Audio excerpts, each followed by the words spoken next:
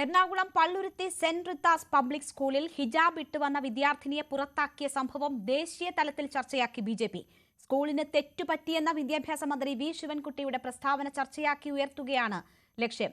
മന്ത്രി V ശിവൻകുട്ടിയുടെ നിലപാടിനെതിരെ BJP ദേശീയ വക്താവ് ഷെഹ്സാദ് പൂനവാല രംഗത്തെത്തി. വോട്ട് ബാങ്ക് നോക്കിയാണ് സംസ്ഥാന സർക്കാർ ഇത്തരത്തിൽ തീരുമാനമെടുത്തതെന്ന് പൂനവാല കുറ്റപ്പെടുത്തുന്നു. So now the Kerala government and the education minister has forced the Christian school, in order to break its own rules, go against what is there in the constitution, in the rules and laws, and to allow vote bank to prevail, to allow hijab to prevail above kitab, vote bank to prevail above rules and regulations. The Kerala government and education minister has directed the Christian school that they must allow the girl with the hijab inside the classroom. It was very clear as per the rules of the school that uniform code, dress code has to be followed. It was said during the admission process. The girl did not wear it for first 4 months. SDPI came and threatened the nuns. They threatened the educational institution and its teachers. But vote bank matters. And therefore, these people are now bullying the school in a way. Anyway, this is the true face of the left. They have done this even in the case of Munambam. At that time, they stood with the Waqf, which was encroaching upon the Christian community land. They have done this time and again. Soft corner for radicals, soft corner for terrorists, eulogizing Hamas, but against Bharat Mata, against Samvidhan, against rules. They stand for vote bank niti, not for Samvidhan niti. വിദ്യാർത്ഥിനിയെ ശിരോവസ്ത്രം ധരിച്ചതിന്റെ പേരിൽ ക്ലാസിൽ നിന്ന് പുറത്താക്കിയത് ഗുരുതരമായ കൃത്യവിലോപവും വിദ്യാഭ്യാസ അവകാശ നിയമത്തിന്റെ ലംഘനവുമാണെന്ന് ചൂണ്ടിക്കാട്ടി വിദ്യാഭ്യാസ ഉപഡയറക്ടർ റിപ്പോർട്ട് നൽകി. മൌലികമായ മതാചാര സ്വാതന്ത്ര്യത്തിന് വിരുദ്ധമായ നടപടിയാണ് സ്കൂളിന്റെ ഭാഗത്തു നിന്നുണ്ടായതെന്ന് റിപ്പോർട്ടിൽ പറയുന്നു. വിദ്യാർത്ഥിനിക്ക് മതവിശ്വാസത്തിന്റെ ഭാഗമായ ശിരോവസ്ത്രം ധരിച്ച് സ്കൂളിൽ തുടർ പഠനം നടത്താൻ സ്കൂൾ അനുമതി നൽകണം. ശിരോവസ്ത്രത്തിന്റെ നിറവും ഡിസൈനും സ്കൂൾ അധികൃതർക്ക് തീരുമാനിക്കാമെന്നും മന്ത്രി വി ശിവൻകുട്ടി വ്യക്തമാക്കി. ഇതാണ് ഇപ്പോൾ ബിജെപി ദേശീയ തലത്തിൽ ഉയർത്തുന്നതും ചർച്ചയാക്കുന്നതും. ടി ജി സജിത്തുണ്ട് വാർത്തയുടെ വിശദാംശങ്ങളുമായി. സജിത്ത്, ഇന്ന് വൈകുന്നേരമാകുമ്പോൾ കോൺഗ്രസ് DCC നേതൃത്വത്തിന്റെ ഇടപെടലിന്റെ ഭാഗമായി ഈ പ്രശ്നം പരിഹരിക്കപ്പെട്ടതാണ്. ഈ കുട്ടിയുടെ പിതാവ് തന്നെ സ്കൂൾ മാനുവൽ പറയുന്നതനുസരിച്ചുള്ള വസ്ത്രം ധരിച്ച് കുട്ടി നാളെ മുതൽ സ്കൂളിൽ എത്തിക്കൊള്ളും എന്ന കാര്യം പറഞ്ഞതാണ്. അങ്ങനെ പരിഹരിച്ച പ്രശ്നമാണ് സർക്കാരിന്റെ പ്രശ്ന പരിഹാര ഇടപെടലിലൂടെ ദേശീയ തലത്തിൽ വരെ ചർച്ചയാകുന്നത്. എന്താണ് സംഭവിക്കുന്നത്? രേണു സൂചിപ്പിച്ചതുപോലെ തന്നെ അതീവ സങ്കീർണാവസ്ഥയിലേക്ക് ഈ പ്രതിസന്ധി മാറുന്നു എന്നതാണ് സാഹചര്യം. പൊതുവിൽ പരിഹരിക്കപ്പെട്ടു എന്ന് കരുതിയ ഒരു വിഷയമാണ് കൂടുതൽ സങ്കീർണാവസ്ഥയിലേക്ക് പോകുന്നത്. അതിന് കാരണം വിദ്യാഭ്യാസ മന്ത്രിയുടെ ആ വാർത്താക്കുറിപ്പ് തന്നെയാണ്. അദ്ദേഹം വാർത്താക്കുറിപ്പിൽ വളരെ വ്യക്തമായി തന്നെ പറയുന്നത് ഈ സംഭവത്തിൽ വീഴ്ച പറ്റിയത് സ്കൂൾ അധികൃതർക്ക് തന്നെയാണ്. കാരണം വിദ്യാഭ്യാസ അവകാശത്തിൻ്റെ ലംഘനം അവിടെ ഉണ്ടായിട്ടുണ്ട്. ആ കുട്ടിയെ സ്കൂളിൽ പ്രവേശനം നൽകണമായിരുന്നു. പുറത്തു നിർത്തിയ രീതി ശരിയല്ല. ഭരണഘടന അനുശാസിക്കുന്ന അവകാശം ആ കുട്ടിക്ക് ലംഘിക്കപ്പെട്ടു എന്ന കണ്ടെത്തൽ കൂടി വിദ്യാഭ്യാസ വകുപ്പിൻ്റെ ഭാഗത്തു നിന്ന് ഉണ്ടായിട്ടുണ്ട്. അതുകൊണ്ട് ഈ വിഷയത്തിൽ ആ കുട്ടിയെ പ്രവേശിപ്പിക്കണമെന്ന നിർദ്ദേശമാണ് സർക്കാരിൻ്റെ ഭാഗത്തു നിന്നും മുന്നോട്ട് വച്ചിരിക്കുന്നത്.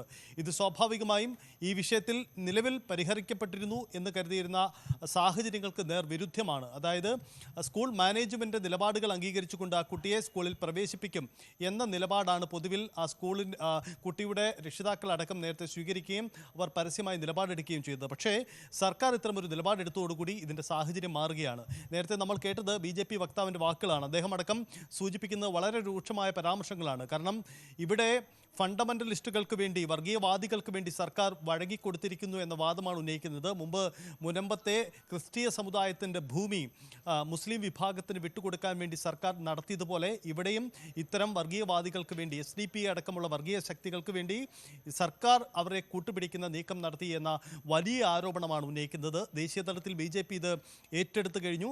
പുതിയ തരത്തിലേക്ക് മാറുകയാണ്. നമ്മൾ കണ്ടിട്ടുള്ളതാണ്, ഹിജാബ് എക്കാലത്തും ഒരു ദേശീയതല ചർച്ചാ വിഷയമാണ്. മുമ്പും പല സംസ്ഥാനങ്ങളിലടക്കം ഇത് വലിയ ചർച്ചയായിട്ടുള്ളതുമാണ്. കേരളത്തിലെ ഈ വിഷയം, പള്ളുരുത്തി സ്കൂളിലെ ഈ വിഷയം ആ തരത്തിലേക്ക് കൊണ്ടുവരാനാണ് ഇപ്പോഴത്തെ നീക്കമെന്ന് നമുക്ക് മനസ്സിലാക്കാം. അങ്ങനെ ആ തരത്തിൽ ദേശീയ തലത്തിലും ഈ വിഷയം ഉയരുകയാണ്. എന്തായാലും സർക്കാർ അവരുടെ നിലപാട് വ്യക്തമാക്കി കഴിഞ്ഞു ഈ വിഷയത്തിൽ. നമുക്ക് ഓർക്കേണ്ട ഒരു കാര്യം, ഇന്നലെ വാർത്താസമ്മേളനത്തിനിടയിൽ മന്ത്രി ശിവൻകുട്ടിയോട് ഈ ചോദ്യം ഉയർന്നപ്പോൾ, വിദ്യാഭ്യാസ മന്ത്രിയോട് ഈ ചോദ്യം ഉയർന്നപ്പോൾ, ഒരു സ്കൂളിൻ്റെ യൂണിഫോം ഉണ്ടാവും, ആ യൂണിഫോം പാലിക്കാൻ എല്ലാ എല്ലാവരും ബാധ്യസ്ഥരാണ്. എന്നാൽ ഈ വിഷയം കൈകാര്യം ചെയ്തതിൽ മാനേജ്മെന്റ് പിഴവ് പറ്റിയോ എന്ന സംശയമൊക്കെ അദ്ദേഹം പ്രകടിപ്പിച്ചിരുന്നു. ഇന്നലെ പൊതുവിൽ സന്തുലിതമായൊരു നിലപാടെടുത്ത് മന്ത്രി മുന്നോട്ട് പോയിരുന്നെങ്കിൽ ഇന്ന് സാഹചര്യം അതല്ല. DDEയുടെ റിപ്പോർട്ട് കിട്ടിയ ശേഷം സർക്കാർ നിലപാട് കടുപ്പിക്കുന്നു എന്നത് മാത്രമല്ല, ഈ വിഷയത്തെ കൂടുതൽ സങ്കീർണമാക്കുകയും ചെയ്യുകയാണ്. അതായത് അവിടെ ഒരു പ്രശ്നപരിഹാരം ഉണ്ടായി എന്ന് പൊതുവിൽ തോന്നിപ്പിച്ച ഇടത്തു നിന്നാണ് മന്ത്രിയുടെ വാക്കുകളോടുകൂടി സാഹചര്യം മാറുന്നത്. അങ്ങനെയെങ്കിൽ ഇനി കുട്ടിയുടെ രക്ഷിതാക്കളുടെയും മറ്റും നിലപാടും പ്രസക്തമാണ് എന്ന് മാത്രമല്ല, അവിടെ ഇടപെടൽ നടത്തി മറ്റ് ജനപ്രതിനിധികളുടെ അടക്കമുള്ള തുടർ നീക്കങ്ങളും പ്രസ്താവനകളും പ്രസക്തമായി മാറുകയുമാണ്. ഒരു കാര്യം കൂടിയുള്ളത്, ഇന്ന് പ്രൈം ഡിബേറ്റിൽ നമ്മുടെ ചർച്ചയിൽ സ്കൂൾ അധികൃതർ ഈ ഹൈബീഡിൻ്റെ മറ്റും നേതൃത്വത്തിൽ നടത്തിയ മധ്യസ്ഥ ശ്രമങ്ങൾ തങ്ങൾ അറിഞ്ഞിട്ടില്ല, സ്കൂൾ മാനേജ്മെൻറ്റിനെ അറിയിച്ചില്ല എന്ന നിലപാട് അവർ സ്വീകരിച്ചിരുന്നു. അതായത് ഈ കുട്ടിയെ വീണ്ടും സ്കൂളിൽ പ്രവേശിപ്പിക്കുന്ന കാര്യത്തിൽ ഒരു കടുത്ത തങ്ങളുടെ നിലപാടിൽ മാറ്റം വരുത്തിയോ എന്ന് സ്കൂൾ മാനേജ്മെൻറ്റ് വ്യക്തമാക്കുന്ന സാഹചര്യം പോലും ഉണ്ടായിട്ടില്ല. ഇതിനിടയിലാണ് വീണ്ടും ശക്തമാവുന്ന നിലപാടുമായി സർക്കാരിൻ്റെ ഭാഗത്തുനിന്ന് കൂടി നീക്കമുണ്ടാവുന്നത്. ഇതോടുകൂടി വിഷയം കൂടുതൽ സങ്കീർണമാവുന്നു എന്നതാണ് സാഹചര്യം. സജിത്ത്, ഇക്കാര്യത്തിൽ ഇന്നലെ വിദ്യാഭ്യാസ മന്ത്രി മാധ്യമങ്ങളെ കണ്ടതാണ്. വിദ്യാഭ്യാസ മന്ത്രി കാണുമ്പോൾ ഈ വിഷയം മാധ്യമപ്രവർത്തകർ ചോദിക്കുന്നു. അദ്ദേഹം എന്താണ് സ്കൂളിന്റെ മാനുവലിൽ പറയുന്നത്, അത് അനുസരിച്ച് വേണം വിദ്യാർത്ഥികൾ സ്കൂളിൽ വരാൻ, അതാണ് മാനദണ്ഡം, അതാണ് പാലിക്കപ്പെടേണ്ടത് എന്ന ഒരു നിലപാടാണ് സ്വീകരിക്കുന്നത്. മാത്രവുമല്ല, ഈ വിഷയത്തിൽ ഒരു കോടതി ഇടപെടൽ ഉണ്ടായിട്ടുള്ളതാണ്.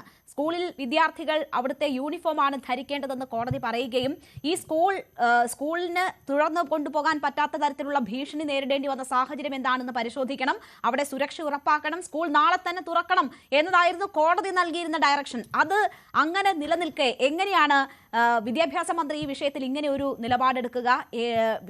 ഡയറക്ടറുടെ റിപ്പോർട്ടിന്റെ അടിസ്ഥാനത്തിലാണ് എങ്കിൽ പോലും കോടതി പറഞ്ഞിരിക്കുന്ന നിർദ്ദേശം മറികടന്ന് എങ്ങനെയാണ് ഇങ്ങനെ ഒരു തീരുമാനമെടുക്കാൻ സാധിക്കുക? അതുതന്നെയാണ് രേണുക പ്രസക്തമായ ഏറ്റവും വലിയ കാര്യം. ഒരുപക്ഷെ ഈ DDEയുടെ റിപ്പോർട്ട് മാത്രമല്ല, ഒരുപക്ഷെ സർക്കാരിൻ്റെ രാഷ്ട്രീയ തീരുമാനം കൂടി മന്ത്രി ഒരു വാർത്താക്കുറിപ്പായി തന്നെ ഇത് പുറത്തിറക്കുമ്പോൾ അതിൽ പ്രതിഫലിച്ചിട്ടുണ്ടാവുമെന്ന് കരുതാം. അതായത് അവിടെ കുട്ടിക്ക് പ്രവേശനം നൽകണമെന്ന നിലപാടിലേക്കാണ് സർക്കാർ കൈക്കൊണ്ടിരിക്കുന്നത്. DDEയുടെ റിപ്പോർട്ട് മാത്രമല്ല, മറ്റു ചില ഘടകങ്ങൾ കൂടി ഒരുപക്ഷെ പരിഗണിച്ചിട്ടുണ്ടാവും എന്നാണ് നമുക്ക് മനസ്സിലാവുന്നത്. കാരണം അവിടെ ഈ മാനേജ്മെൻറ്റിന് പിന്നിൽ നിന്നുകൊണ്ട് മറ്റു ചില വർഗീയ താല്പര്യങ്ങൾ പ്രകടിപ്പിക്കുന്നു എന്ന നിലപാട് സർക്കാരിൻ്റെ ഭാഗമായ ചിലരെങ്കിലും പങ്കുവച്ചിരുന്നു. അതിൻ്റെ ഒരു പ്രതിഫലനം കൂടി മന്ത്രിയുടെ നീക്കത്തിൽ കൂടി ഉണ്ടായിട്ടുണ്ട് എന്ന് നമുക്ക് മനസ്സിലാക്കാം. രണ്ട് രീതിയിൽ നമുക്ക് ഈ സാഹചര്യങ്ങളെ നോക്കിക്കാണാം. ഒന്ന്, ഈ മാനേജ്മെൻറ്റിന് അധികാരം നൽകുന്ന കോടതി വിധി, അത് സ്വാഭാവികമായും മാനേജ്മെൻറ്റിന് കോടതിയുടെ മുൻകാല വിധികൾ അവർക്ക് അനുകൂലമാവാം, അതുകൊണ്ട് ആ അവകാശം അവർ ചൂണ്ടിക്കാണിക്കുകയും ചെയ്യുന്നുണ്ടാവാം. പക്ഷേ ഇതിന് മറ്റൊരു പശ്ചാത്തലം കൂടിയുള്ളത്, ഇത്തരമൊരു വിഷയം ചർച്ച ചെയ്യുമ്പോൾ കേരള സമൂഹത്തിൽ അതുണ്ടാക്കുന്ന വർഗീയമായ വേർതിരിവുകളാണ്. പൊതുവിൽ സമാധാനപരമായി നടന്നു പോകുന്ന ഒരിടത്ത് ഇത്തരമൊരു വിഷയം ചർച്ച ചെയ്യപ്പെട്ടാൽ അത് സമൂഹത്തിൽ ഉണ്ടാക്കുന്ന ചേരിതിരിവും ഇത് ഉപയോഗപ്പെടുത്താൻ വർഗീയ ശക്തികൾ നടത്തുന്ന ശ്രമവും ഇത്തരമൊരു സാഹചര്യങ്ങൾ കൂടിയുണ്ട്. അങ്ങനെയെങ്കിൽ പൊതുവിൽ ഈ വിഷയത്തെ പറഞ്ഞ് അവസാനിപ്പിക്കുക എന്ന ഒരു പ്രായോഗിക നിലപാടിനപ്പുറം കൂടുതൽ കടുത്ത നിലപാട് തന്നെയല്ലേ സർക്കാർ സ്വീകരിച്ചത് എന്ന ചോദ്യം ഉണ്ടാവുന്നു. അവിടെയാണ് രേണുക ചോദിച്ച ചോദ്യത്തിൻ്റെ പ്രസക്തിയും ഉണ്ടാവുന്നത്. മന്ത്രിയുടെ ഇത്തരത്തിലുള്ള ഒരു പരസ്യ നിലപാട് വിഷയത്തെ കൂടുതൽ സങ്കീർണമാക്കുകയല്ലേ? മന്ത്രിക്ക് എങ്ങനെ ഇങ്ങനൊരു നിലപാട് എടുക്കാൻ കഴിയുമെന്ന ചോദ്യമാണ്. മന്ത്രിയുടെ വാർത്താക്കുറിപ്പിൽ ഏകപക്ഷീയമായ ഒരു നിലപാട് തന്നെയാണ് അദ്ദേഹം ഉണ്ടായിരുന്നത്. അതായത് സ്കൂൾ മാനേജ്മെൻറ്റ് തന്നെയാണ് വീഴ്ച പറ്റിയിരിക്കുന്നത്, കുട്ടിക്കോ രക്ഷിതാവിനോ വീഴ്ച ഉണ്ടായിട്ടില്ല എന്ന വാദമാണ് അദ്ദേഹം ഉന്നയിക്കുന്നത്. ഒരു കാര്യം കൂടിയുള്ളത്, ഈ കുട്ടിയുടെ രക്ഷിതാവ് വിദ്യാഭ്യാസ വകുപ്പിന് പരാതി നൽകിയിരുന്നു. അതിൻ്റെ അടിസ്ഥാനത്തിൽ കൂടിയാണ് അന്വേഷണം നടന്നിരിക്കുന്നത്. അതുകൊണ്ട് കൂടിയാണ് മന്ത്രിയുടെ ഇത്തരമൊരു നിലപാടുണ്ടായിരിക്കുന്നത്. ഒരുപക്ഷേ ഈ നിലപാടുണ്ടാക്കുന്ന രാഷ്ട്രീയ പ്രത്യാഘാതം ഒരുപക്ഷെ ചെറുതായിരിക്കില്ല. നേരത്തെ BJPയുടെ സ്പോക്ക് പേഴ്സൻ്റെ വാക്കുകളൊക്കെ കേൾക്കുന്നത് പോലെ കേരളത്തിലും അതിൻ്റെ തുടർചലനങ്ങൾ നാളത്തെ ഒരു ദിവസം ഉണ്ടാകും. ഇന്നൊരു വൈകുന്നേരമാണ്, അതുകൊണ്ട് ഇന്നിനി വൈകിട്ട് അത്തരം ചലനങ്ങളും നീക്കങ്ങളും നമുക്ക് പ്രതീക്ഷിക്കേണ്ടതില്ല. പക്ഷേ നാളെ മുതൽ സാഹചര്യം അതായിരിക്കില്ല. പള്ളുരുത്തി സംഭവം അതൊരു പുതിയ തലത്തിലേക്ക് പോകുന്ന നീക്കങ്ങൾ നമുക്ക് കേരളത്തിലും പ്രതീക്ഷിക്കാം. അങ്ങനെയെങ്കിൽ രാഷ്ട്രീയ സമ്മർദ്ദം സർക്കാർ എങ്ങനെ താങ്ങും, അതിൽ മറ്റെന്ത് നീക്കങ്ങൾ ഉണ്ടാവുമെന്നതും പ്രസക്തമാണ്. തീർച്ചയായും എന്തായാലും